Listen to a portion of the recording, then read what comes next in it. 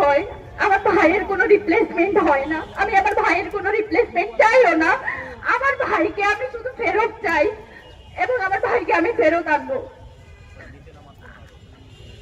আল্লাহর কাছে শুধু এইটুকু দোয়া করবেন, আল্লাহ যাতে আমাদেরকে উসমান হাদিকে যে স্বাধীনতা সার্বভৌমত্বের পক্ষে তিনি যেভাবে কথা বলতেন সেভাবে যাতে তাকে ফেরত দেয়। আর আপনাদের সবার উদ্দেশ্যে বলি, এখানে সকল রাজনৈতিক দল মত সবাই উপস্থিত আছেন।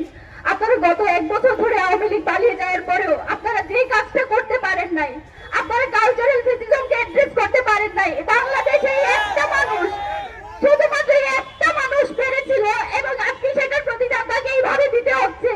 আপনারা যত সুশীলতা করছেন সেটার প্রতিদান আমার ভাইকে দিতে হচ্ছে। আপনারা যেভাবে মিডিয়াকে তথ্য সন্ত্রাসের মাধ্যমে বারবার যেভাবে নেগেটিভ উৎপাদন করছে, সেটার পক্ষে যে আপনারা সম্পত্তি উৎপাদন করছেন সেটার প্রতিদান আমার ভাইকে দিতে হচ্ছে। আমরা কিচ্ছু বলে যাচ্ছি না। আমরা জানি মিডিয়াতে কে কে উল্লাস করেছে। গত 2 দিন আমাদের চোখে শুধু অশ্রু দেখতেছেন, আমাদের বুকের ভিতর যে পারদ সেটা আপনারা এখনো দেখেন নাই। এটা দেখার সাহস করলেন না কেউ?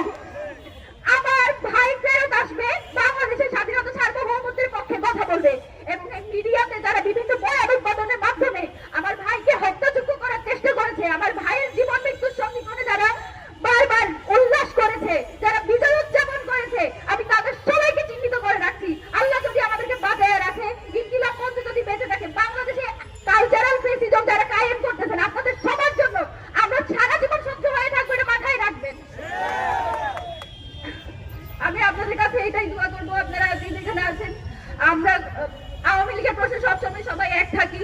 আমরা এটুকু এক্সপেক্ট করি আপনারা ভোটের রাজনীতির জন্য প্লিজ আমাদের এই সব যে কয়টা মানুষ আছে, যে কয়টা মানুষ এখনো দেশের স্বাধীনতা সার্বভৌমত্বকে টিকায় রাখার জন্য যুদ্ধ করে যাচ্ছে, সেই কয়টা মানুষকে প্লিজ আপনারা বিসর্জন দিয়ে না নিজেদের এই ঠুনক ভোটের কারণে। বাংলাদেশের স্বার্থ আপনাদের এই ভোটের চেয়ে অনেক বেশি, আপনাদের নিজস্ব যে ব্যবসা বাণিজ্য সেসবের চেয়ে অনেক বেশি বাংলাদেশের স্বাধীনতা সার্বভৌমত্বের যে দাম সেটা প্লিজ আপনারা বিসর্জন দিবেন না, সেটা বিক্রি করে দিবেন না।